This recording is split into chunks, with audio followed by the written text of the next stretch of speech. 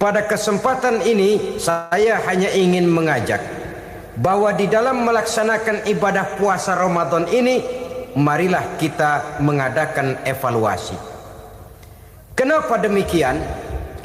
Barangkali secara jujur, walaupun agak berat, saya masih harus berkata, masih banyak di antara kita umat Islam yang di dalam melaksanakan suatu ibadah terjebak dalam rutinitas ritual. Saudara-saudara kaum muslimin rahimakumullah, jenis puasa yang ketiga kita kenal dengan puasa wajib, dan ini kita laksanakan pada bulan suci Ramadan. Tentang teknis pelaksanaan ibadah puasa di bulan Ramadan sudah pernah saya bicarakan pada pertemuan tentang Ramadan dan Idul Fitri. Pada kesempatan ini saya hanya ingin mengajak bahwa di dalam melaksanakan ibadah puasa Ramadan ini, marilah kita mengadakan evaluasi. Kenapa demikian? Barangkali secara jujur, walaupun agak berat, saya masih harus berkata, masih banyak di antara kita umat Islam yang di dalam melaksanakan suatu ibadah terjebak dalam rutinitas ritual. Apa itu rutinitas ritual? Itu bahasa susah. Berhubung saya tidak ingin bicara yang susah-susah, kita bicara yang mudah-mudah saja. Maksud saya, banyak di antara kita umat Islam yang di dalam melaksanakan suatu ibadah itu hanya dengan prinsip asal sekadar gugur kewajiban saja. Akibatnya, sampai sejauh mana ibadah itu berhasil membentuk kepribadian diri kita, kita jarang mengadakan evaluasi dan penilaian. Salat yang penting gugur kewajiban. Puasa yang penting sudah gugur kewajiban. Haji yang penting sudah gugur kewajiban. Maka jangan heran kalau itu yang jadi prinsip, ibadah lantas tidak punya dampak dalam membentuk kepribadian diri. Banyak orang yang rajin sholat tapi munkarnya jalan terus. Sampai kadang-kadang kita bingung, yang sembahyang dia, yang nyolong dia. Puasanya kelihatannya tekun, tapi tidak punya kepekaan sosial. Sama yatim piatu bersifat masa bodoh, sama fakir miskin malah gemes. Tidak lantas tumbuh kepekaan sosial, walaupun dia sudah ikut merasakan tidak enaknya lapar dan haus.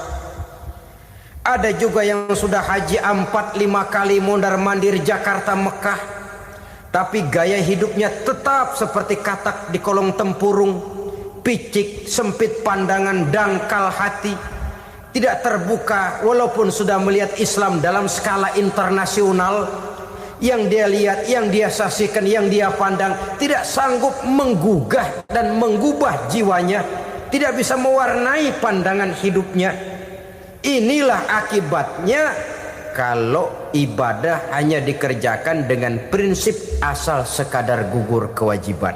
Hasilnya yaitu tadi, hajinya cuma menang topi putih sama serban. Sholatnya cuma prinsip asal gugur kewajiban. Begitu juga puasanya, begitu juga zakatnya dan ibadah-ibadah lainnya. Bukan tanpa satu maksud. Jikalau Allah Subhanahu wa taala memerintahkan kita melaksanakan ibadah puasa di bulan suci Ramadan, bahkan maksud itu sangat pada penghujung ayat yang memerintahkan kita puasa. Ya ayyuhalladzina amanu kutiba alaikumus syiyam kama kutiba alal ladzina min qablikum la'allakum tattaqun. Orang yang beriman diwajibkan atas kamu berpuasa, telah diwajibkan juga kepada orang-orang yang sebelum kamu, la'allakum tattaqun, agar kamu dengan puasa itu menjadi manusia yang bertakwa kepada Allah Subhanahu wa taala. Dengan kata lain, berhasil atau tidak puasa Ramadan kita ini akan nampak takwa kita meningkat atau tidak setelah kita melaksanakan ibadah puasa. Sehingga kalau orang mengatakan Ramadan itu merupakan month of training, bulan latihan, keluar latihan tentu harus semakin naik dan baik gaya kehidupan kita. Jadi tujuan utama daripada pelaksanaan ibadah puasa adalah untuk membentuk manusia yang bertakwa. Nah, takwa itu kata Imam Qusairi hurufnya ada 4. Ta, qaf, wawu, ya. Masing-masing huruf ini simbol dari pribadi orang yang bertakwa, dibina dan dibentuk oleh pelaksanaan puasanya. Mari kita lihat. Huruf ta adalah lambang dari sifat tawadhu, rendah hati. Orang yang bertakwa, orang yang tidak mempunyai sifat sombong. Puasa menanamkan kita kesadaran terhadap kelemahan, terhadap keterbatasan, terhadap segala ketidakmampuan yang kita miliki. Ya Allah, baru sehari nggak kena makan, nggak kena minum, sudah begini lemesnya. Puasa memang, kalau pagi orang masih sehat, masih terdorong oleh sahur, siang masih lumayan, tapi zuhur ke atas biasanya mulai sikap lemah manusiawi, keterbatasan kekuatan biologis itu mulai nampak. Dari sini tanam satu kesadaran. Kalau begitu apa yang mau disembuhkan di hadapan Allah? Kaya, siapa sih orang paling kaya? Ilmu, siapa sih orang paling pintar? Pangkat, siapa sih orang paling tinggi jabatannya? Dari sifat semacam ini lahir introspeksi, rasa mawas diri, timbul sifat tawaduknya, rendah hatinya, tidak melonjak menjadi angkuh dan sombong lantaran sedikit kemampuan dan kekuatan yang dimilikinya. Lalu untuk sikap yang lebih jauh, terwujudlah, terbentuklah apa yang dinamakan stabilitas temperatur batin. Orang tetap konstan menjaga nilai-nilai idealisme yang pernah dimilikinya. Dia mulai dengan adil, dia berjalan tetap dengan keadilan, dan dia berakhir juga tetap dalam keadilan. Jangan mulainya adil, tengahnya setengah adil, di akhirnya malah zolim sama sekali. Ini tidak punya stabilitas temperatur batin. Kan banyak orang begitu toh.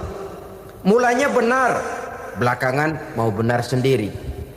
Mulanya sudah rela berkorban buat kepentingan orang banyak, belakangan malah selalu mengorbankan kepentingan orang banyak. Waktu di bawah rajin baca ayat kursi, dapat kursi lupa ayat. Stabilitas temperatur batin, tertipu oleh perasaan seolah-olah situasi dan kondisi sudah serba memungkinkan, sudah serba menguntungkan. Orang yang dibentuk pribadinya oleh pelaksanaan ibadah puasa, dia sadar apapun keberhasilannya, apapun kedudukannya, apapun nilai kekayaannya, itu cuma sebagian kecil sekali dari apa yang ada pada zat Allah Subhanahu wa ta'ala. Hati tidak takabur, sesuai dengan namanya takabur dari kalimat takabbaro ya takabbaru, membesar-besarkan diri. Orang yang suka membesar-besarkan diri, orang yang tidak yakin bahwa dirinya orang besar, lalu dibesar-besarkan dirinya. Sebenarnya itu sudah satu sikap di mana dia tidak percaya kepada diri sendiri. Dirinya sebenarnya bukan apa-apa, cuma ingin dianggap besar, lalu dibesar-besarkan. Takabbur namanya. Puasa sekali lagi melatih kita menanamkan kesadaran akan kelemahan dan keterbatasan kita sebagai makhluk. Itu sikap tawadhu. Fir'aun, saudara tahu Fir'aun, lama-lama dia jadi raja, lupa diri dan lupa daratan, melonjak menjadi angkuh dan sombong sampai kepada puncak kekurang ajarannya, memproklamirkan dirinya menjadi Tuhan. Hitler juga begitu. Pendeknya, orang manakala tidak ada kesadaran tentang dari mana segalanya berasal dan kemana segalanya akan kembali, dia mudah out of control. Kalau sudah out of control, maka dia akan melakukan perbuatan yang melampaui batas. Itu yang pertama. Jadi orang takwa, orang yang rendah hati, salah satu tujuan daripada pelaksanaan ibadah puasa menanamkan sikap rendah hati. Dari sikap rendah hati ini yang timbul lalu apa? Kepekaan sosial. Kalau saya puasa, saya sudah merasakan bagaimana tidak enaknya lapar. Saya sudah merasakan bagaimana tidak enaknya haus. Tapi bagaimanapun, saya lapar cuma sebentar, saya haus cuma sebentar. Selesai maghrib, lapar saya hilang, haus saya hilang. Bagaimana yatim piatu, orang-orang tua jompo yang perlu santunan, orang-orang miskin yang terkapar di kolong-kolong jembatan, yang tiap hari merasakan perasaan seperti ini tanpa tahu kapan hidup dan nasibnya akan berubah, tidur beratapkan langit berselimut koran. Kalau demikian, saya ini beruntung. Kalau demikian, apa yang bisa saya lakukan untuk mereka? Kepekaan sosial ini lalu timbul dalam apa yang orang sekarang namakan solidaritas, kesetiakawanan sosial. Hidup tidak hanya untuk kepentingan diri dan perutnya sendiri saja, tapi mau menolong, mau membantu orang yang memang memerlukan bantuan dan pertolongan itu sendiri. Jangan setelah tahu lapar tidak enak, haus tidak enak, tapi kita tidak mau tenggang rasa, tidak mau timbang rasa. Begini loh tidak enaknya lapar, begini loh tidak enaknya haus. Ini terjadi pada diri saya. Saya masih mampu, masih berbuka puasa. Bagaimana yang tiap hari merasakan seperti ini? Tidak Ramadan, tidak Syawal, tidak Zulqa'dah, tidak Zulhijjah, selalu kelaparan dan kehausan. Dari sana timbul kepekaan sosial.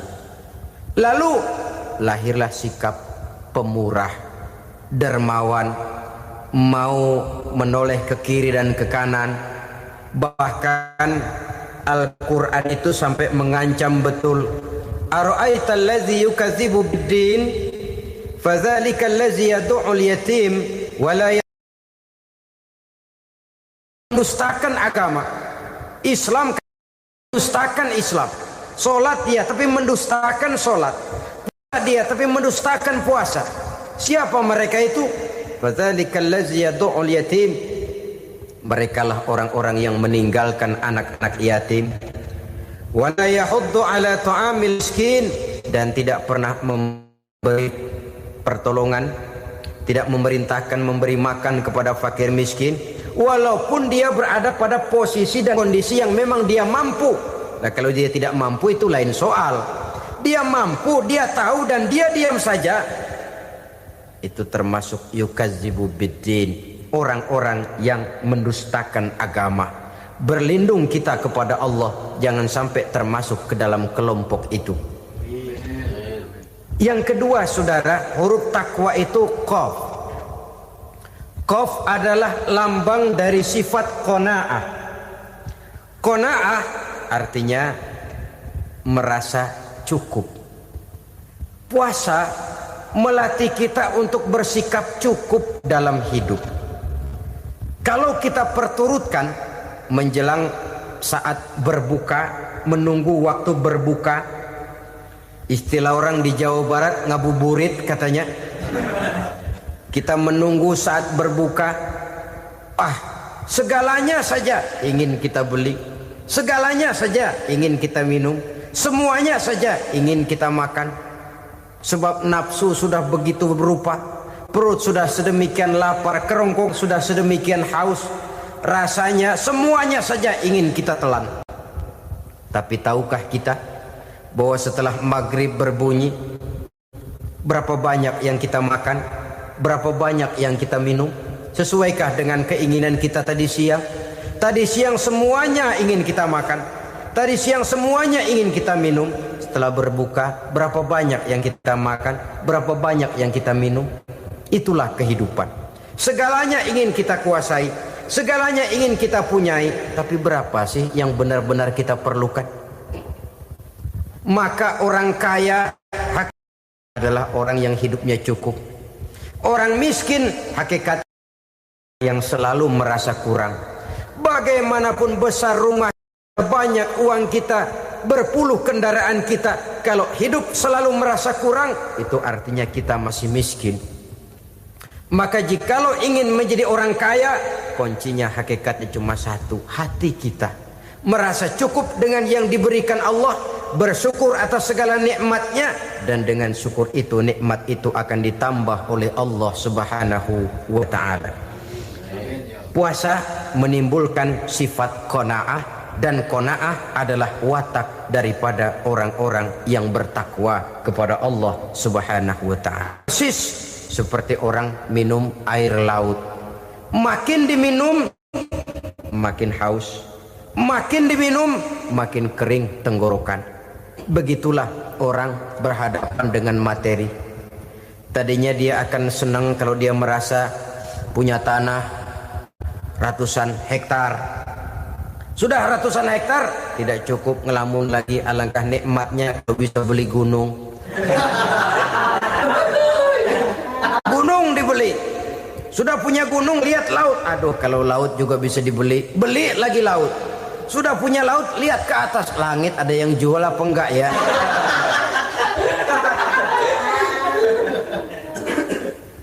Seperti orang berhadapan dengan air laut yang makin diminum makin membuat kita haus dan makin kering tenggorokan ini. Maka itu harus dihentikan. Sikap untuk menghentikan itu tidak lain adalah dengan sifat qanaah itu tadi. Merasa cukup dengan apa yang diberikan Allah, mensyukuri nikmatnya. Itu yang kedua. Yang ketiga, pada kalimat takwa ada huruf wawu. Wawu adalah simbol dari sifat wara dengan ain. Wara, orang yang terpelihara dirinya baik dari yang syubhat, lebih-lebih dari yang haram. Syubhat, saudara tahu, barang yang remeng-remeng. Tapi sungguh pun remeng-remeng, kira-kira prosentasenya 70-30. 70% haram, 30% kemungkinan halalnya. Maka yang syubhat lebih baik dijauhi daripada diambil. Orang yang punya kepribadian wara, dirinya terpelihara, jangankan dari yang haram, dari yang syubhat saja dia sanggup menjaga dan memelihara dirinya. Oleh karena itu saya heran kalau orang di bulan Ramadan dia sanggup menjaga diri di waktu siang dari jenis makanan yang halal, dari jenis minuman yang haram. Ada tahu nganggur di meja siang, enggak dia makan. Ada air teh nganggur di meja siang, enggak dia makan. Padahal itu jenis makanan dan minuman yang halal. Tapi ketika datang maghrib, dia berbuka dengan makanan yang dibeli dari uang yang dihasilkan dengan cara yang haram. Bukankah itu sesuatu yang terbalik? Bukankah dengan demikian sudah tidak lagi menimbulkan sikap yang bisa memelihara dan menjaga kepribadian diri? Orang yang membiasakan diri terpelihara dari yang syubhat apalagi yang haram, maka baik yang dipakainya, yang diminumnya, yang dimakannya terdirilah dari barang-barang yang baik yang dihalalkan oleh agama. Wara. Kemudian yang keempat, pada huruf kalimat takwa ada huruf yakin. Huruf ya, simbol dari sifat yakin. Orang yang puasa dibentuk kepribadiannya mempunyai satu keyakinan yang tangguh. Dan keyakinan adalah ciri daripada orang yang takwa. Kita lihat, yang dipanggil melaksanakan ibadah puasa ini kan iman. Karena memang sulit untuk melaksanakan puasa kalau tidak iman yang jadi dasar. Setidaknya seperti sudah pernah saya sampaikan, ibadah puasa ini memang sulit terkena penyakit show. Kalau kita sholat barangkali terangsang karena kelihatan orang lain. Kalau kita pergi haji mungkin jadi sugesti karena orang banyak tahu. Kalau kita bayar kita jadi terangsang karena banyak orang lihat. Tapi kalau sudah puasa, puasa itu kan yang tahu cuma kita dan Allah saja. Ya kita sholat, orang lain lihat, kita jadi rada semangat. Kita pergi haji, orang lain banyak ngantar, kita semangat. Kita bayar zakat, orang lain banyak saksikan, kita bersemangat. Tapi kita puasa, siapa yang mau nyaksiin kita puasa? Siapa yang mau memuji kita puasa? Siapa yang mau menyanjung kita puasa? Itu cuma urusan kita dan Allah. Oleh karenanya, dasar daripada pelaksanaan ibadah yang harus mencetik tenggorokan segalanya jadi nikmatan. Tidak ada kerja yang lebih indah selain kerja yang didasarkan kepada satu keyakinan bahwa yang kita kerjakan itu adalah sesuatu yang benar. Dalam hal ini sesuatu yang diperintahkan oleh Allah Subhanahu wa taala kepada kita. Saudara-saudara kaum muslimin rahimakumullah. Demikianlah titik evaluasi kita. Jangan berpuasa hanya dengan prinsip asal sekadar menggugurkan kewajiban saja, yang akan berakibat Ramadan tahun ini berakhir begitu, Ramadan terjebak menjalani rutinitas ritualnya saja. Bahkan kadang-kadang yang nyata betul, Nabi menganjurkan tingkatkan ibadah pada 10 hari yang akhir di bulan Ramadan, tanggal 20 sampai akhir Ramadan. Yang kita praktekkan malah kegiatan ibadah kita justru menurun pada 20 Ramadan yang akhir. Coba lihat 20 Ramadan ke atas. Itu pasukan tarawih paling kelas 60-70 tahun ke atas. Kemana yang lain sudah berpikir menghadapi lebaran, berpikir pulang mudik, berpikir macam-macam. Akibatnya konsentrasi ibadah lalu buyar. Dianjurkan Rasul tingkatkan ibadah pada 10 hari yang terakhir. Kita malah makin ke akhir makin lancip.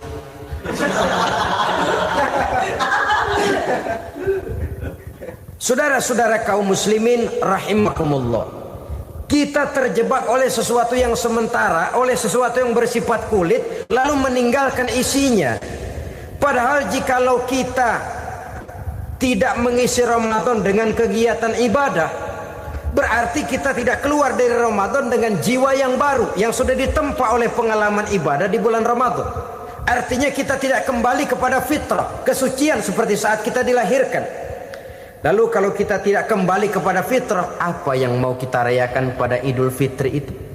Di mana letak kegembiraan kita? Di mana letak kebahagiaan hati? Kembalikah kita kepada fitrah? Tidak. Benarkah puasa yang kita kerjakan? Kelihatannya juga tidak. Adakah dampak dari pelaksanaan ibadah dalam pribadi kita? Tidak. Kadang-kadang Ramadan selesai malah teriak merdeka.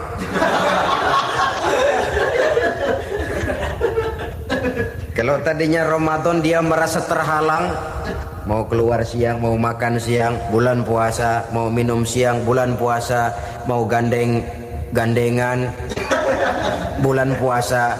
Ramadan selesai, kibarin bendera, teriak merdeka.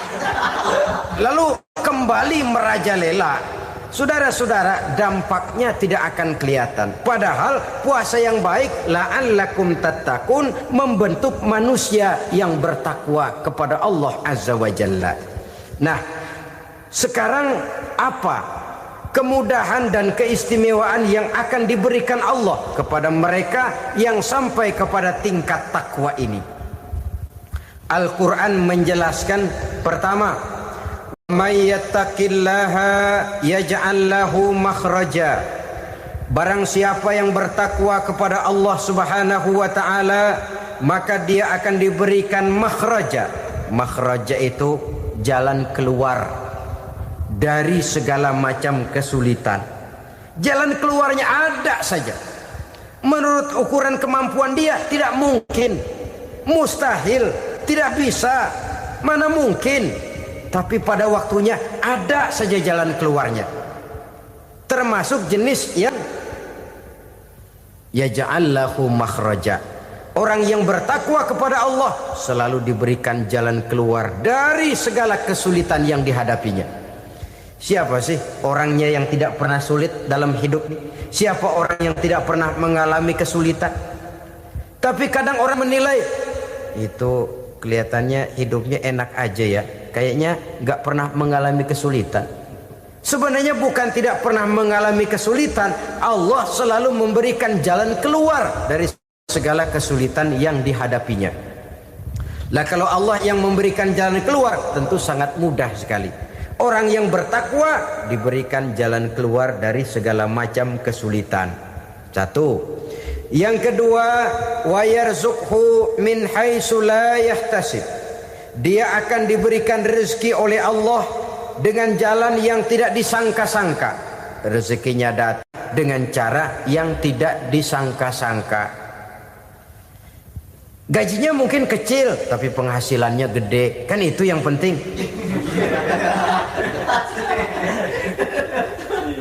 Gaji dan penghasilan kan lain tuh.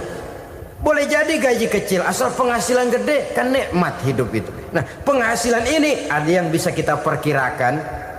Bisa kita perkirakan. Misalnya gaji itu tadi. Kalau saya kerja, gaji saya begini. Ada rezeki yang masuk min haitsu la yahtasib. Tidak kita sangka-sangka, tidak kita duga-duga, tahu-tahu ada saja rezeki. Datang orang bawa persoalan yang mendatangkan hasil. Sebab rezeki, jodoh, maut memang seperti bayangan. Kita uber-uber dia lari, kita diem dia diem. Kan gemesin itu. Bayang-bayang itu begitu. Kita kejar, dia lari. Rezeki juga begitu. Kita diam, dia diam. Setengah mati yang namanya rezeki kita cari, kita uber, ngobek sampai ratusan bohong kita kerjain. Tapi memang belum waktunya, ya sulit untuk tembus. Tapi kadang-kadang giliran kita nongkrong di rumah, datang orang bawain rezeki. Itulah yang namanya rezeki. Tapi ini untuk orang yang bertakwa. Kalau tidak punya kredibilitas takwa, jangan lalu pakai ayat ini. Diberikan Allah dengan rezeki dengan jalan yang tidak disangka. Kan ada ayatnya dah. Kita mah manteng aja di rumah dah. Ntar juga tuh rezeki datang. Ini fasilitas yang diberikan kepada orang yang wa may yattaqillah, bertakwa kepada Allah, yarzuqhu min haitsu la yahtasib, diberikan rezeki dengan cara yang tidak disangka-sangkanya. Maka kadar ketakwaan jangan membuat kita buruk sangka. Tuh orang ya nggak kemana-mana, duitnya ada aja. Kalau dia takwa, Allah berikan jalan keluar. Yang lantas ngelihat kiai orangnya ahli ibadah, ilmunya tinggi, akhlaknya luar biasa, takwanya tinggi, rezekinya lancar, lalu husnuzon nih kiai nggak kemana-mana, duitnya banyak, miara tuyul kali ini. Itu termasuk jaminan Allah yang masuk kategori min haitsu la yahtasib. Yang ketiga, yaj'al lahu min amrihi yusra, dimudahkan segala urusannya. Dimudahkan segala urusannya. Kemudian yang keempat, yukaffir anhu sayyiatihi wa yu'azzim lahu ajra, diampuni segala kesalahannya dan dibesarkan pahala kebaikan yang dikerjakannya. Maka mudah-mudahan puasa yang kita kerjakan mengantarkan kita kepada ketakwaan kepada Allah, dan takwa membuka janji Allah kepada kita di dalam kehidupan ini. Kenapa sih kita yakin Quran itu kitab suci? Pertama, ajarannya sesuai dengan fitrah manusia. Suatu kitab dinamakan suci kalau konsep ajarannya sesuai dengan fitrah. Contoh, ini laki-laki ini seneng nggak sama perempuan? Normal. Kalau nggak seneng, saya ragu-ragu. Perempuan seneng nggak sama laki-laki?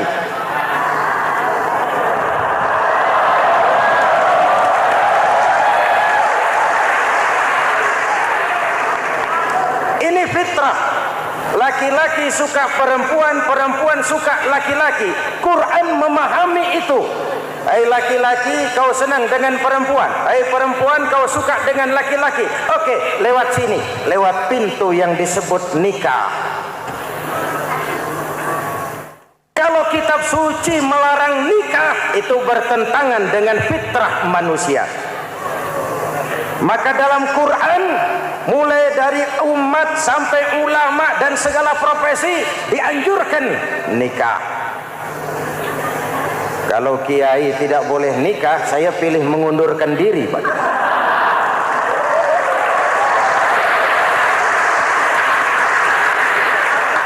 Itu bertentangan dengan fitrah. Lagian mubazir dikasih perabotan nggak dipakai.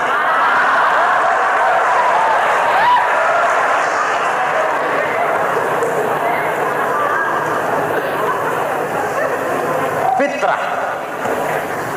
Contoh lagi, manusia perlu makan. Kalau ada kitab suci menyuruh puasa terus dari pagi sampai sore sampai malam sampai pagi lagi, eta teh kitab gelo.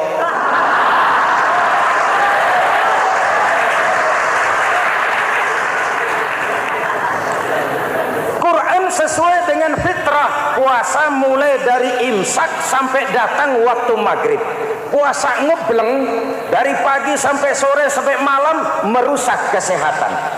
Malam berpuasa boleh bergaul dengan istri. Kenapa? Fitrah. Kalau siang tidak boleh, malam tidak boleh, sebulan penuh panas kepala.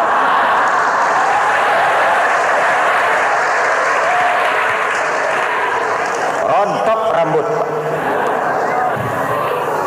Hadirin yang saya hormati, itu yang pertama. Yang kedua, kita yakini Quran sebagai kitab suci karena isinya tidak saling bertentangan, konsekuen, konsisten. Kalau ada satu kitab, di satu ayat mengajarkan Tuhan Esa, di lain ayat mengajarkan tiga, liar itu mah.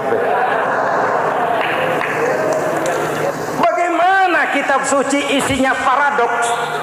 Bagaimana kitab suci isinya saling bertentangan? Di ayat manapun sekali Quran berkata Allah itu Esa, selamanya Esa. Isinya tidak saling bertentangan. Lalu yang ketiga, kita yakini Quran kitab suci karena dia bersih dari intervensi manusiawi.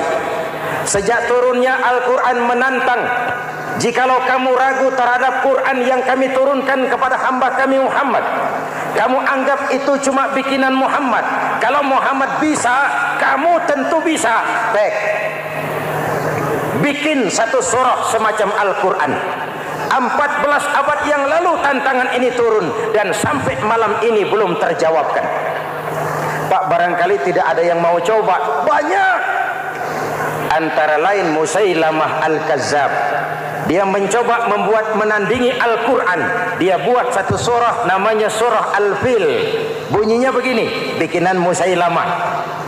Al-Fil wa mal-fil wa ma adraka mal-fil lahu khurtumun tawil wa lahu zail. Sudah berbentuk syair. Isinya apa? Al-Fil, gajah. Wa mal-fil, apakah gajah itu? Wa ma adraka mal-fil, tahukah kamu apa itu gajah? Lahu khurtumun tawil, dia punya belalai panjang. Wa lahu zail, dan dia punya ekor. Enggak usah turun ayat begituan, orang tahu.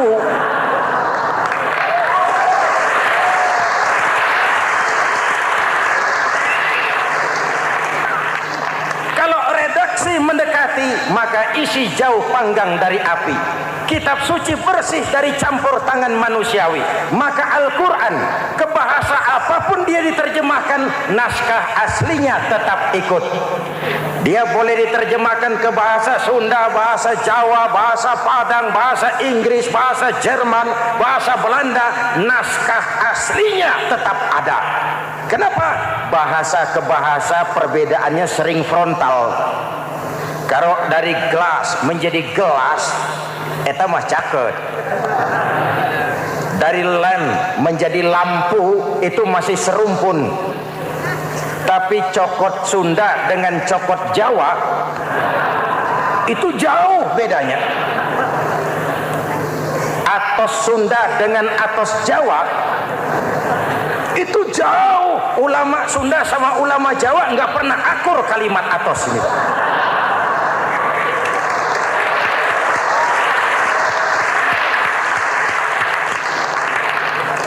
Inilah kebenaran janji Allah, inna nahnu nazzalna dzikra wa inna lahu lahafizun. Kami yang turunkan Al-Quran, kami yang akan menjaganya. Ribuan orang hafal Al-Quran. Lalu apa pesan-pesan misi utama Al-Quran? Pertama, menegakkan tauhid. Ini yang lebih dahulu, membentuk kualitas sumber daya manusia dengan menanamkan nilai-nilai keimanan, membebaskan dari ketergantungan kepada benda. Ya ayyuhan nasu ubudu rabbakumul ladzi khalaqakum. Hai manusia, Tuhanmu yang perlu kau sembah hanyalah Tuhan yang telah menciptakan kamu. Jangan menyembah Tuhan yang tidak pernah menciptakan kamu. Mengapa kau menyembah harta padahal dirimu lebih berharga dari harta? Kenapa kau menyembah pangkat dan jabatan padahal dirimu lebih berharga dari pangkat dan jabatan?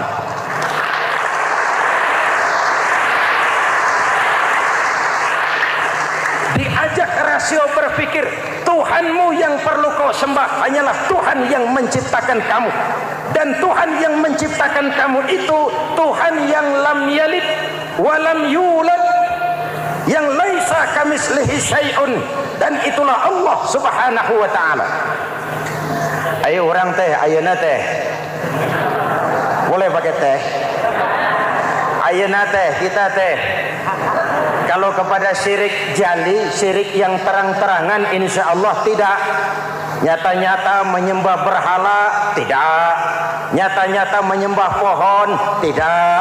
Nyata-nyata berkeyakinan Tuhan lebih dari satu, tidak. Tapi kita sering terjebak pada syirik kecil, syirik khafi, syirik yang tersamar. Saya sejak pakai cincin ini, jangankan anak gadis, nenek-nenek ngelihat saya cincin. Jangankan anak gadis, nenek-nenek lihat saya lemes cincin. Ini saya sejak ada perkutut di rumah ini dagang lancar perkutut. Ini Ramadan, bulan penempaan nilai-nilai keimanan. Misi utama Quran menegakkan tauhid, memerangi kemusyrikan, membebaskan manusia dari ketergantungan kepada benda. Dari situ kualitas sumber daya manusia dimulai. Saya sering ungkapkan selama ini sistem pendidikan kita cuma mengisi otak, bukan membentuk watak.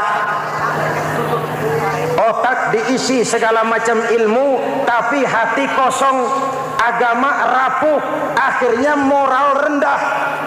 Muncul manusia-manusia yang pintar, cuma sayang tidak benar.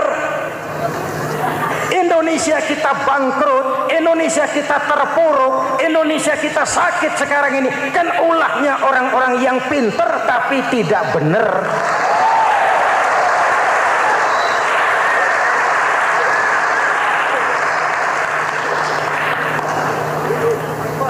Saya bicara kayak begini, ini bukan pidato politik, ini nurani. Politik naon kadut.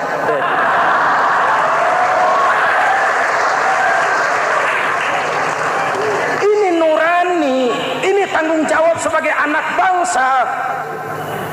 Ibu bapak, saudara-saudara hadirin yang saya hormati, Rasul kalau masuk sepertiga yang akhir, sing-singkan lengan baju, hamparkan sajadah, lebih banyak di masjid daripada di rumah.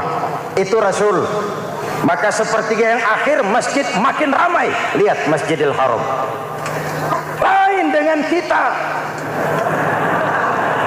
Sepertiga yang akhir masjid mulai mengalami kemajuan. Safnya makin maju.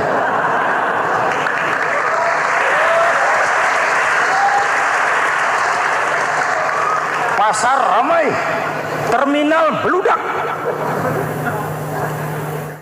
Padahal sepertiga yang akhir itu puncak. Padahal di situ nilai tambah.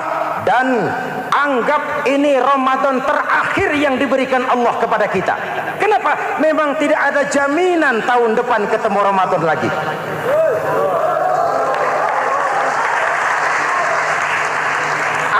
Ini Ramadan terakhir yang diberikan Allah kepada kita. Tidak ada jaminan tahun depan Ramadan akan ketemu lagi. Tidak ada jaminan. Manfaatkan peluang ini untuk melakukan pemutihan. Semua kita melakukan introspeksi. Tidak tahu kita Ramadan tahun depan nanti masih ketemu apa tidak. Sebagaimana kita tidak tahu kita masih hidup atau tidak. Hadirin yang saya hormati, misi kedua Al-Quran, persaudaraan, kebersamaan atas dasar keadilan dan kebenaran. Manusia bersuku-suku, ya.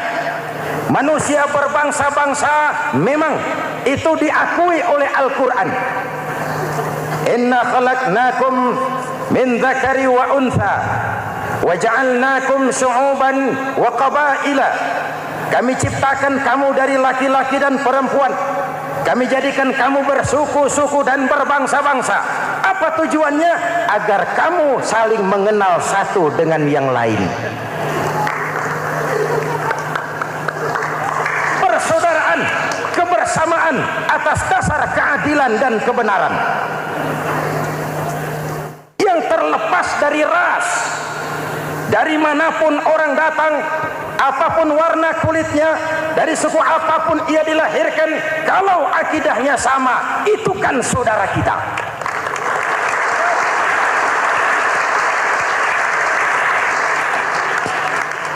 Seperti di masjid, kita tidak peduli dari mana kita datang. Yang datang dari kidul, madhab ngulon mang. Yang datang dari sebelah lor, madhab ngulon mang. Yang datang dari sebelah wetan, madhab kulon mang. Yang datang dari kulon, madhab ngulon. Bukan soal dari mana kau datang, tapi satu arah menghadapmu.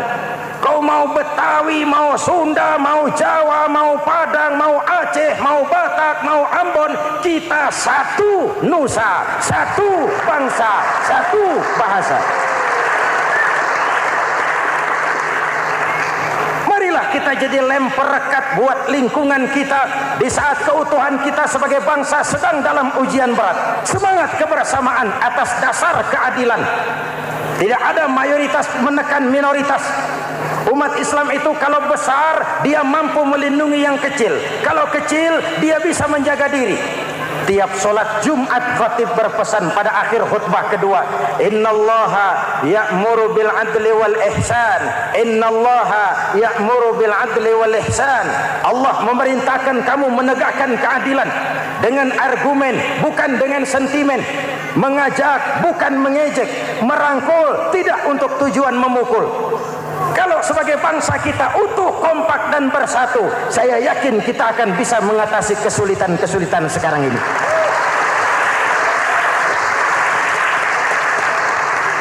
Kan kita prihatin kadang-kadang tawuran antar desa, antar RT, antar RW, antar kecamatan, sampai antar elit di atas. Makanya saya ulang lagi pesan ini. Kalau elit di atas tawuran, jadilah penonton yang baik. Saudara-saudara kaum muslimin yang saya cintai, kita prihatin, kita seakan tercabut dari akar budaya kita sebagai bangsa. Kenapa kita yang berfalsafahkan Pancasila, kenapa kita yang berketuhanan yang Maha Esa tiba-tiba jadi beringas dan brutal? Ada maling ayam ketangkap, disiram bensin, dibakar hidup-hidup. Kok kita bisa begitu? Street justice, pengadilan jalanan mulai tegak. Iyalah kita tidak puas dengan kerja aparat kita, tapi jangan main hakim sendiri. Ini negara, bukan hutan.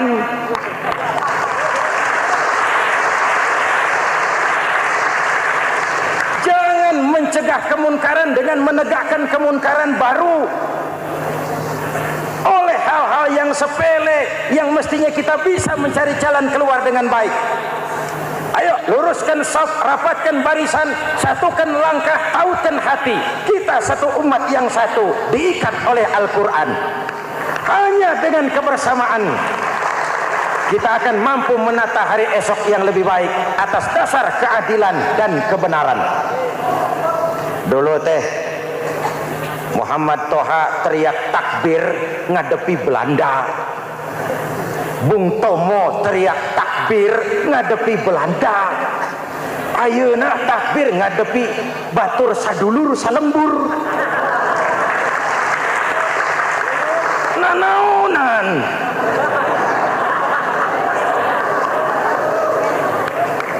Bung Tomo teriak takbir, Muhammad Toha teriak takbir, yang dihadapi jelas penjajah Belanda.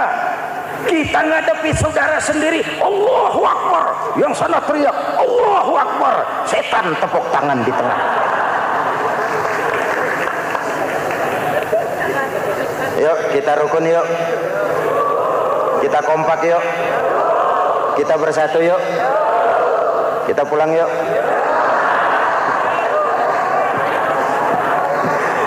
Ini misi kedua. Misi yang ketiga, Al-Quran membebaskan manusia dari gaya hidup sekuler. Quran mengingatkan, awas bung, ada hidup sesudah mati, ada akhirat sesudah dunia.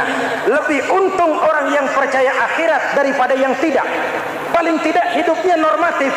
Contoh, saudara yakin akhirat ada, lalu saudara hidup baik-baik, menjauhi yang munkar, meninggalkan yang haram, saudara sujud, puasa, jihad, lalu saudara mati. Setelah mati ternyata akhirat tidak ada ruginya. Paling kurang kita sudah dicatat sebagai orang baik.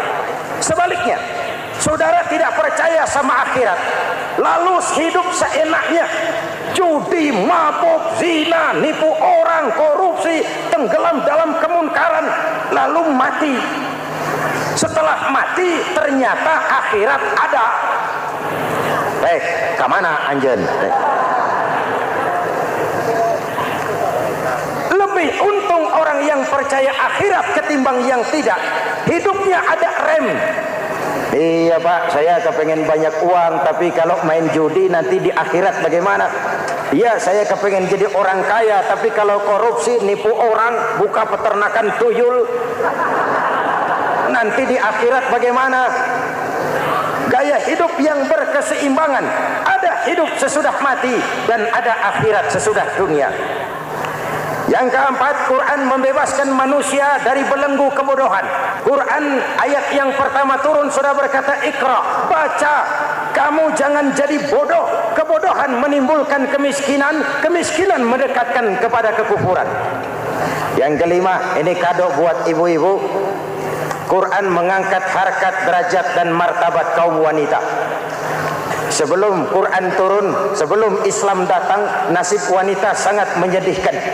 Dilahirkan hanya untuk melahirkan. Kalaupun berperan, peranannya tidak lebih segitiga. Dapur, sumur, kasur. Kasur, sumur, dapur. Dapur, sumur, kasur. Wanita dilecehkan, sekadar alat pemuas nafsu. Datang Islam, Rasul terenyuh, An-nisa imadul bilad. Wanita adalah tiangnya negara. Jikalau baik wanita, baik negara.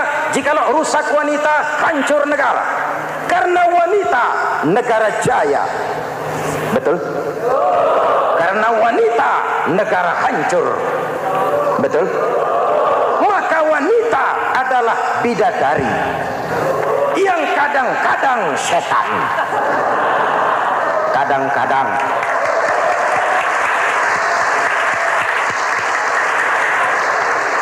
Ini yang hadir di sini bidadari semua. Ibu bapak, saudara-saudara hadirin yang saya hormati. Lalu bagaimana sikap kita terhadap Al-Quran? Quran sendiri menjelaskan, "Tsumma awrasnal kitaba allazina istafaina min ibadina." Kemudian kami wariskan kitab Al-Quran yang kami pilih buat hamba-hamba kami yang terpilih. Luar biasa. Umatnya umat pilihan, Rasulnya Rasul pilihan, kitabnya pun kitab pilihan. Kami wariskan Al-Quran kepada hamba-hamba kami yang kami pilih. Bagaimana sikap mereka setelah menerima Al-Quran? Terbagi tiga. Pertama, faminhum zalimun linafsihi. Di antara mereka ada yang setelah menerima Al-Quran lalu zalim kepada dirinya sendiri. Diterimanya Al-Quran dengan lidahnya, tapi ditolak dengan perbuatannya. mulutnya menjunjung Al-Quran, perbuatannya menginjak Al-Quran. Quran bilang ke barat, dia pergi ke timur. Quran bilang ke selatan, dia berangkat ke utara. Quran bilang haram, dia terjang. Quran bilang halal, dia tidak mau. Orang seperti itu tidak zalim kepada Allah, tapi zalim kepada dirinya sendiri. Mudah-mudahan kita yang termasuk golongan ini. Amin. Yang kedua, wa minhum muqtasid. Di antara mereka ada yang menerima Quran 50-50. Separuh-separuh. Yang enak dilaksanakan, yang berat ditinggal. Padahal pada sisi lain Quran mengajarkan masuklah ke dalam Islam secara total, kafah, jangan separuh-separuh. Ini watak munafik. Kalau dilihat Islam menguntungkan, rame-rame teriak Islam. Ketika diminta berjihad, diminta berkorban, diminta zakat, rame-rame mengundurkan diri. Saya bangkrut pak, saya miskin pak, saya pailit pak. Mental itu dalam awal-awal Baqarah dijelaskan. Kullama adha'a lahum masyaw fihi wa idza adlama 'alaihim qamu. Kalau terang mereka berangkat, kalau gelap mereka mandek. Itu ciri orang munafik beragama. Kalau Islam menguntungkan, rame-rame teriak Islam. Ketika diminta berjihad, berkorban, berjuang, rame-rame mengundurkan diri. Muqtasid. Golongan yang ketiga, ini yang ideal. Wa minhum sabiqum bil khairati biiznillah. Di antara mereka ada yang setelah menerima Al-Quran lalu berlomba-lomba mengamalkannya, berlomba-lomba melaksanakannya. Jangan sampai yang baca Quran dengan suara merdu dapat piala, yang mengamalkan Quran dengan konsekuen dapat penjara.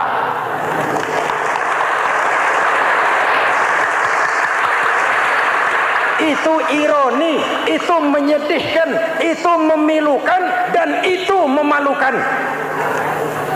Pilihan terserah kita. Satu hadis Rasulullah mengajarkan begini: man ja'alal Qur'ana amamahu qadahu ilal jannah, wa man ja'alal Qur'ana khalfahu saqahu ilan nar. Siapa yang meletakkan Quran di depannya, dijadikannya Quran sebagai imam, Quran akan membimbing dia ke surga, surga dunia, lebih-lebih surga akhirat.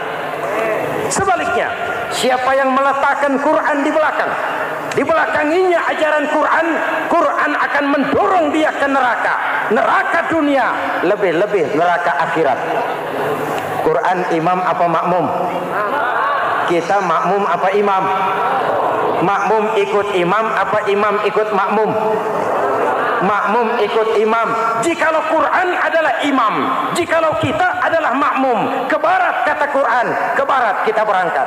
Ke timur kata Quran, ke timur kita menuju. Halal kata Quran, itu yang kita ambil.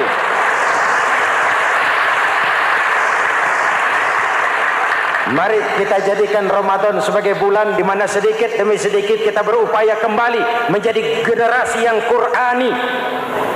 Rasulullah pernah ditanya, kalau Tuhan wafat ya Rasul, kemana kami minta nasihat? Aku tinggalkan kamu dua nasihat. Satu yang diam saja, satu yang bisa bicara.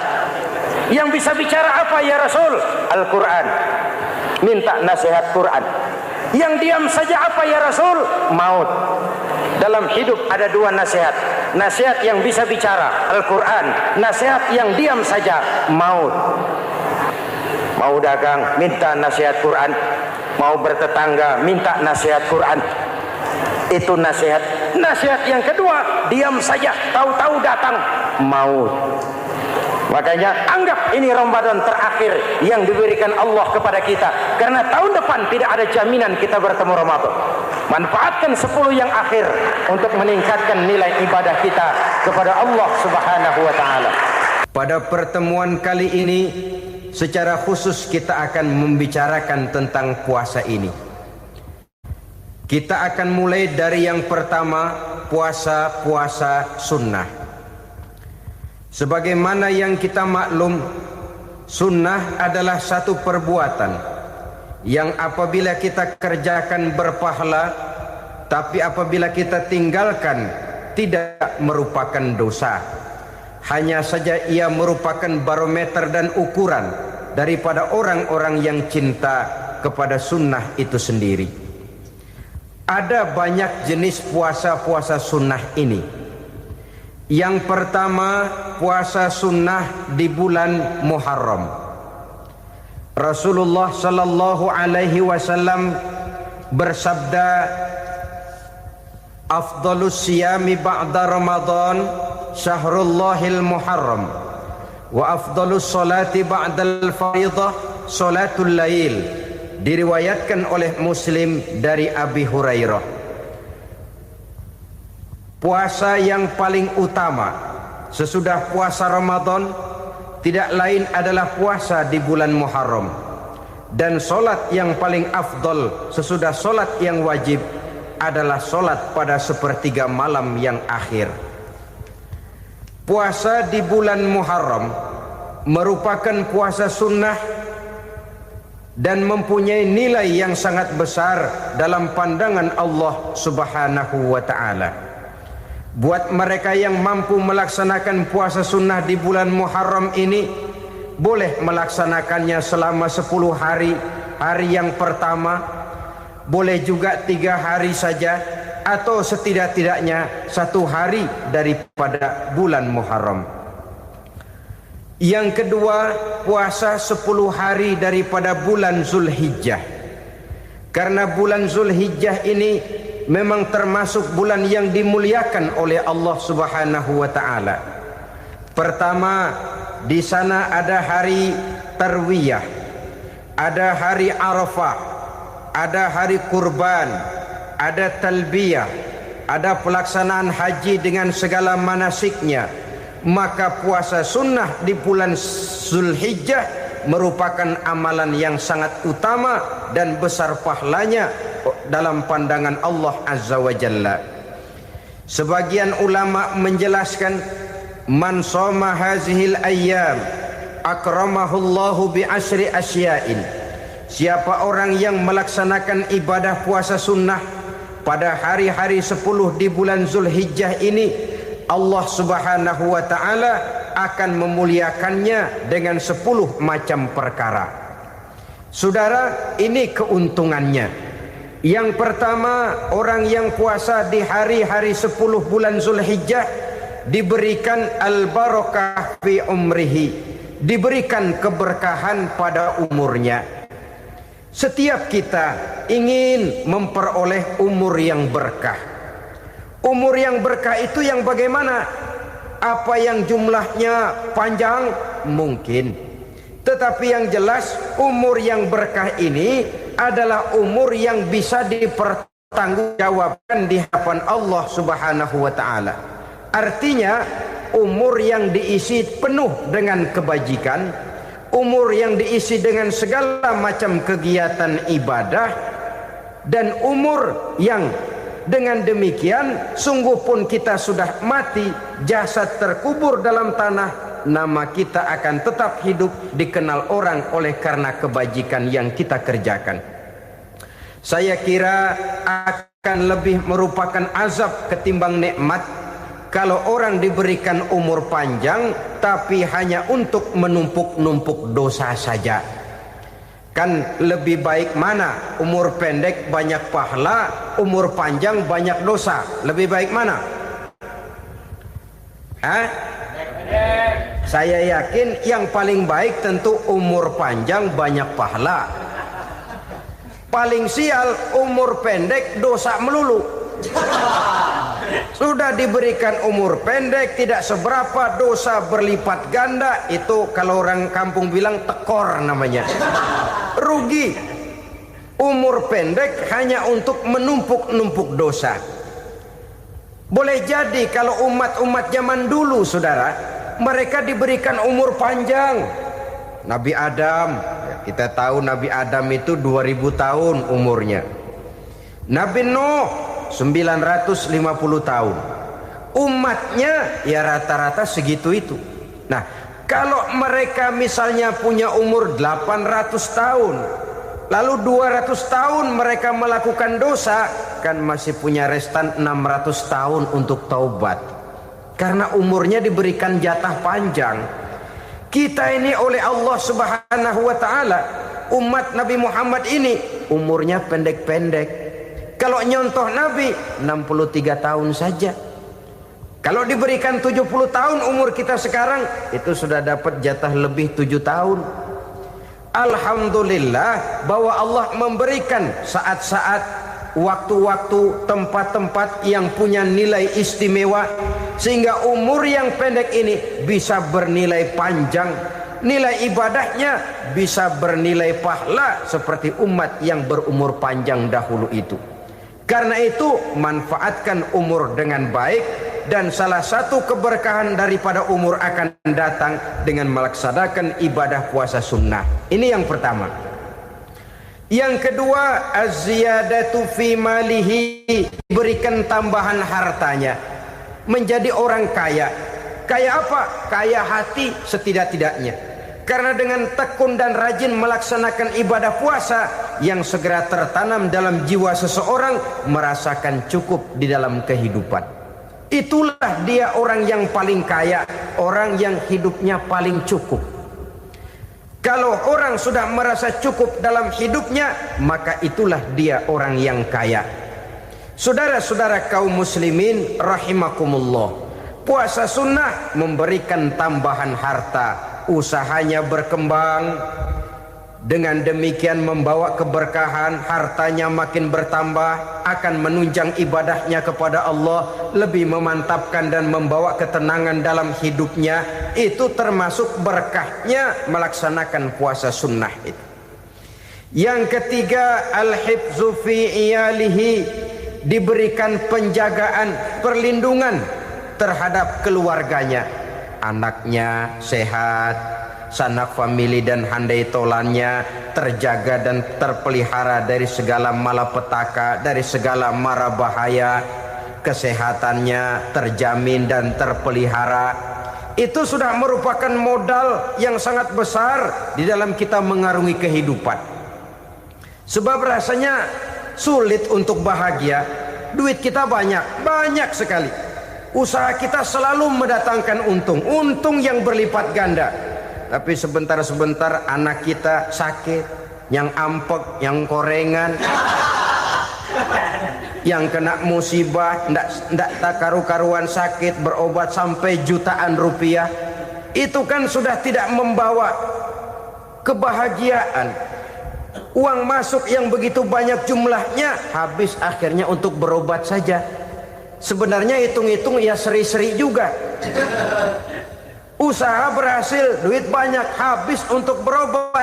Lah sama juga saudara-saudara.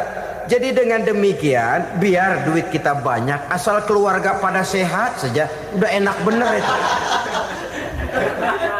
Duit banyak, ekonomi cukup, keluarga sehat, nikmat rasanya menjalani kehidupan ini. Yang kiamat sudah duit kagak barang seperak, keluarga ampek semua. Kiamat sudah. Saudara hadirin yang saya hormati, jadi yang ketiga, Allah memberikan pemeliharaan terhadap keluarganya. Satu kali orang dipelihara Allah, tidak satu kekuatan pun yang bisa mencelakakan. Satu kali orang disengsarakan Allah, tidak satu tenaga pun yang mampu menyelamatkannya. Itulah sebabnya perlindungan Allah, pemeliharaan Allah terhadap diri dan keluarga sangat kita perlukan di dalam kehidupan ini. Dengan melaksanakan ibadah puasa, kita mendekatkan diri kepada Allah. Dengan dekat kepada Allah, maka Allah pun dekat kepada kita. Sehingga dalam hadis qudsi dikatakan, ta'arraf ilallahi firraha ya'rifka fi syiddah. Ingatlah kepada Allah di waktu kamu senang, agar Allah ingat kepada kamu di waktu kamu susah. Yang kita laksanakan kadang-kadang sebaliknya. Waktu susah kita ingat Allah, waktu senang kita lupa Allah. Akhirnya nanti pada waktu kita melarat, kebelangsak, susah dan sebagainya, pertolongan tidak akan datang kepada kita. Benar, ta'arraf ilallah firraha ya'rifka fi syiddah. Ingatlah kepada Allah di waktu kamu susah, ingatlah kepada Allah di waktu kamu senang, agar Allah ingat kepadamu di waktu kamu mendapat kesusahan. Umumnya watak manusia memang kalau sudah dapat susah, ingat kepada Allah. Waktu duduk, waktu berbaring, sambil tidur, dalam segala keadaan Allah disebutnya, Allah dimintakan pertolongannya. Tapi dikala dia berada pada posisi di atas angin, merasa senang, bahagia, Allah terlupakan. Saudara-saudara kaum muslimin, itu yang ketiga. Yang keempat, at-takfiru li sayyiatihi. Orang yang melaksanakan puasa sunnah itu diampuni segala dosa dan kesalahan yang telah dilakukannya. Dan yang kelima, at-tad'ifu li hasanatihi, diberikan balasan yang berlipat ganda dari segala kebaikan yang dikerjakannya. 1 berbalas 7, 7 bisa berbalas 10, 10 masih berbalas 100, masih ditambah dengan wallahu yudha'ifu liman yasha. Allah melipat gandakan pahala orang-orang yang dikehendakinya. Maka carilah satu kebaikan yang apabila kita kerjakan, dosa akan dihapus dan nilai pahalanya menjadi berlipat ganda. 1 kali kita bekerja, 2-3 bisa kita raih dan kita jangkau. Yang keenam, orang yang melaksanakan puasa sunnah di bulan Zulhijjah, at-tashil li sakarati mautihi, diberikan kemudahan pada saat menghadapi sakaratul maut. Maut a mysterious problem. Dia adalah pintu yang setiap orang pasti akan memasukinya.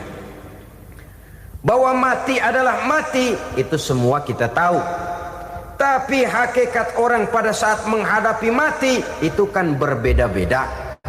Ada yang matinya itu gampang sekali, persis orang tidur saja, tidak nampak gelisah, tidak bikin susah yang hidup, tidak gelimpangan di tempat tidur, persis seperti orang mau tidur saja. Ada yang sulit sekali menghadapi sakaratul maut, gelimpangan di tempat tidur, bikin bingung orang yang nunggu.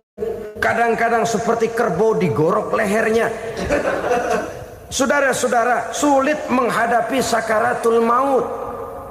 Oleh karena itu Rasulullah sallallahu alaihi wasallam sering beliau itu kalau berdoa membaca Allahumma hawin alayya fi sakaratil maut. Ya Allah, mudahkan saya di dalam menghadapi sakaratul maut.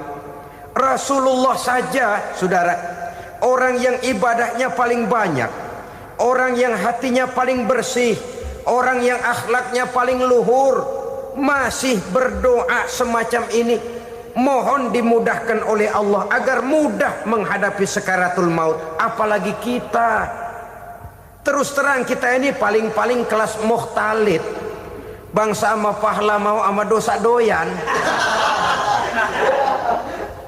Lebih perlu lagi menghadapi sakaratul maut, sehingga apabila malaikat maut datang menjemput nyawa kita, dimudahkan, jangan dibikin sulit, supaya mudah. Jadilah orang baik-baik.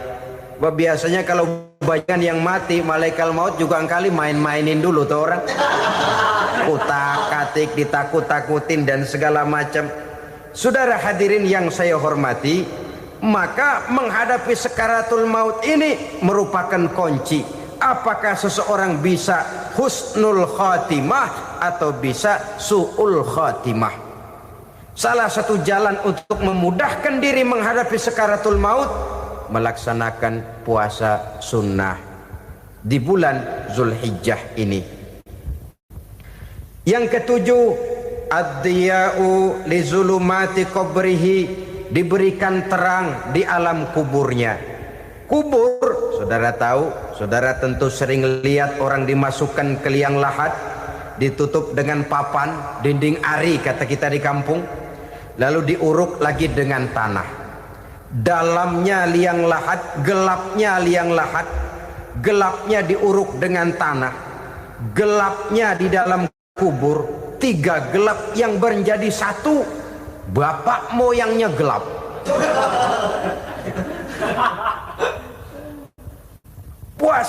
Puasa sunnah ini merupakan terang di alam kubur kita nanti. Yang kedelapan, at-tasqil limizanihi, diberikan keringanan pada timbangan di hari akhirat nanti. Bahwa setelah dibangkitkan dari kubur, setiap kita akan menghadapi perhitungan, akan ditimbang segala macam kebaikan dan segala macam kejahatan yang pernah kita lakukan di dalam kehidupan. Orang yang melaksanakan ibadah puasa sunnah, at-tasqilu limizanihi, diberikan keringanan timbangan hari akhiratnya nanti. Yang kesembilan, an-najah minal bala, diberikan keselamatan dari segala macam bencana. Dan yang ke-10, as-su'ud ala darajatihi, diberikan ketinggian, naik derajatnya. Derajat di dunia, lebih-lebih lagi derajat di akhirat nanti.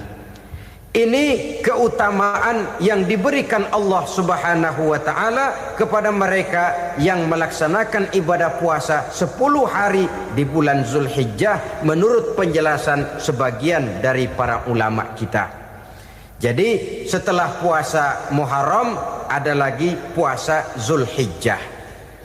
Kemudian puasa sunnah yang ketiga, puasa sunnah pada hari Senin dan hari Kamis. Apa sumber hukumnya? Diriwayatkan oleh Imam Muslim dari Abi Qatadah, Rasulullah Shallallahu Alaihi Wasallam ditanya tentang puasa pada hari Senin. Kenapa Rasul melakukan itu? Beliau menjawab, zalika yaumu wulidtu fihi wa yaumu bu'istu au unzila alayya fihi. Hari Senin itu adalah hari di mana aku dilahirkan dan hari di mana aku dibangkitkan. Wahyu pertama turun kepadaku pun pada hari itu. Maka sunnah melaksanakan puasa pada hari itu. Adapun hari Kamis, ada hadis yang diriwayatkan oleh Imam Turmuzi dari Abi Hurairah, Nabi bersabda, tu'radul a'malu yaumul isnaini wal khamisi fa uhibbu ay yu'radu amali wa ana sha'im.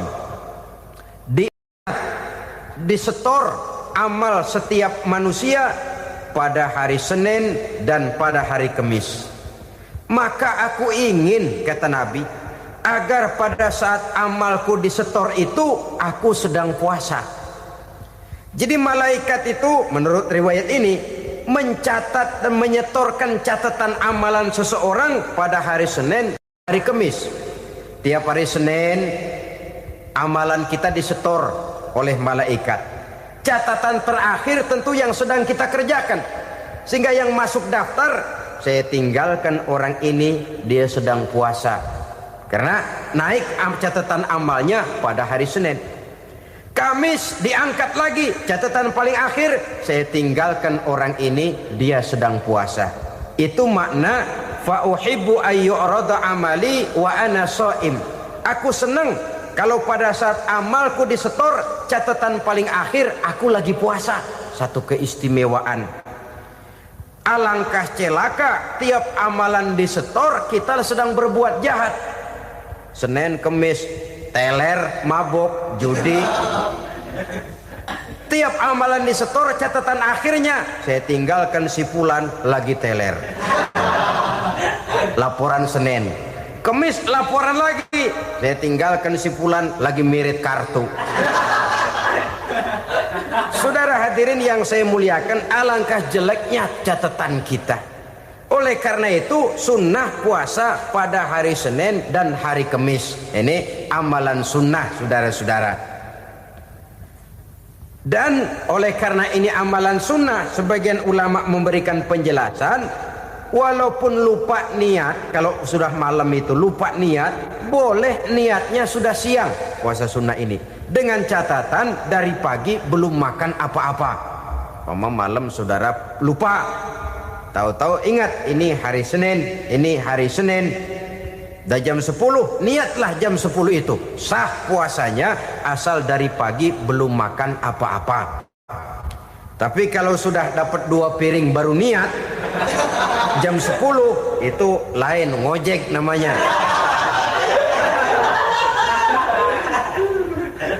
Jadi puasa sunnah yang ketiga, puasa pada hari Senin dan hari Kamis. Yang keempat, puasa jenis sunnah yang keempat, puasa 6 hari di bulan Syawal. Diriwayatkan oleh Imam Muslim dari Abi Ayyub bahwa Nabi bersabda, "Man shoma Ramadhana summa atba'ahu sittan min Syawal kana kasyamid dahri." Barang siapa yang berpuasa di bulan Ramadan kemudian diikutinya dengan 6 hari di bulan Syawal, maka dia seolah-olah seperti orang yang berpuasa 1 abad lamanya. Allahu Akbar. Demikian besar keuntungannya. 6 hari di bulan Syawal sama dengan orang yang berpuasa 1 abad lamanya. Ini fadailul a'mal, saudara-saudara. Jangan diartikan karena memang sudah puasa 6 hari bulan Syawal, Ramadan tahun depannya lantas nggak puasa. Kenapa? Ukurannya sudah 1 abad. Bukan itu pengertiannya. Ini mendorong orang memberikan ganjaran pahala yang sedemikian besar. 6 hari setelah Ramadan, artinya di bulan Syawal. Tidak pada hari pertama Syawal karena haram hukumnya berpuasa pada hari fitri itu. 6 hari di bulan Syawal. Tinggal lihat yang mampunya saja. Boleh berurutan, boleh tidak berselang-seling, boleh, asal saja jumlahnya 6 hari selama masih bulan Syawal itu. Hari ini 3 hari lagi, 4 hari lagi, diselang-seling atau berurutan, itu juga lebih baik. Puasa sunnah 6 hari daripada bulan Syawal. Kemudian yang kelima, puasa sunnah 3 hari pada setiap bulan. 3 hari pada setiap bulan. Diriwayatkan oleh Imam Bukhari dan Muslim dari Abi Hurairah. Abi Hurairah bercerita, "Ausani khalili sallallahu alaihi wasallam bisalasin." Kekasih saya Rasulullah berwasiat kepada saya, memesankan benar-benar kepada saya untuk melaksanakan 3 amalan yang terpuji. Pertama, siyamu salasati ayyamin min kulli syahrin. Puasa 3 hari dalam setiap bulan. Ini wasiat yang pertama. 3 hari pada setiap bulan. Tidak peduli bulan apa saja. Dalam artian ya bulan menurut perhitungan Islam ya. Muharram, Safar, Rabiul Awal, Rabiul Tsani, Jumadal Ula, Jumadil Akhir, Rajab, Sya'ban, Ramadan, Syawal, Zulqa'dah, Zulhijjah dan selanjutnya. 3 hari pada setiap bulan. Tanggalnya tanggal berapa saja. Lebih utama pada yang disebut Yaumul Bid, yaitu hari-hari di mana bulan menunjukkan purnama. Tanggal 13, tanggal 14 dan tanggal 15 pada setiap bulannya itu disunahkan melaksanakan puasa. Itu wasiat pertama, puasa 3 hari pada setiap bulan. Wasiat yang kedua, waraqatai duha, melaksanakan sholat duha sekurang-kurangnya 2 rakaat. Itu wasiat yang dipesankan benar kepada saya, kata Abi Hurairah. Pertama, puasa 3 hari pada setiap bulan. Yang kedua, usahakan jangan meninggalkan 2 rakaat minimal daripada sembahyang duha. Kita tahu sembahyang duha itu sembahyang sunnah di waktu pagi seketika matahari naik sepenggalahan. Sekurang-kurangnya 2 rakaat, sebanyak-banyaknya 8 rakaat. Di antara fadilah atau keutamaan daripada sholat duha ini yaitu menyangkut masalah rezeki dan usaha. Kemudian wasiat yang ketiga, wa an utira qabla an anama. Beliau sangat berwasiat kepada saya untuk sholat witir sebelum tidur. Artinya sholat malam sebagai amalan sunnah di dalam kehidupan kita. Jadi saudara-saudara, dalam hidup ini kita akan selalu berbentur dengan keperluan. Kalau pada satu saat kita sudah sampai kepada tahap berpikir ini keperluan saya, tentu hal-hal semacam ini akan kita kerjakan. Kita belum tergerak melaksanakan ini semua oleh karena barangkali kita merasa belum memerlukannya. Karena itu marilah kita berusaha di samping melaksanakan puasa yang wajib, juga melaksanakan puasa yang sunnah di dalam kehidupan kita. Ini jenis puasa-puasa yang sunnah. Kemudian yang kedua, ada macam puasa yang disebut puasa nazar. Hukum pelaksanaannya wajib apabila nazarnya sudah terwujud. Puasa nazar, puasa yang dikaitkan dengan suatu persoalan. Umpamanya, kalau saya lulus ujian, saya akan puasa 1 minggu lamanya. Begitu ujiannya ternyata lulus, dia wajib bayar nazarnya. Puasa 7 hari, tidak lagi sunnah tapi wajib karena dia nazarkan. Asal saja tidak sah nazar kepada yang makruh, apalagi kepada yang haram. Umpamanya nazar, kalau tembus 6 nomor mau puasa 3 hari. Itu nazar semacam itu bukan saja tidak sah tapi haram hukumnya. Tidak boleh nazar kepada yang makruh apalagi kepada yang haram. Jadi apabila maksud yang sudah kita niatkan tercapai, wajiblah nazar itu dibayar, yaitu kalau nazarnya sunnah melaksanakan ibadah puasa.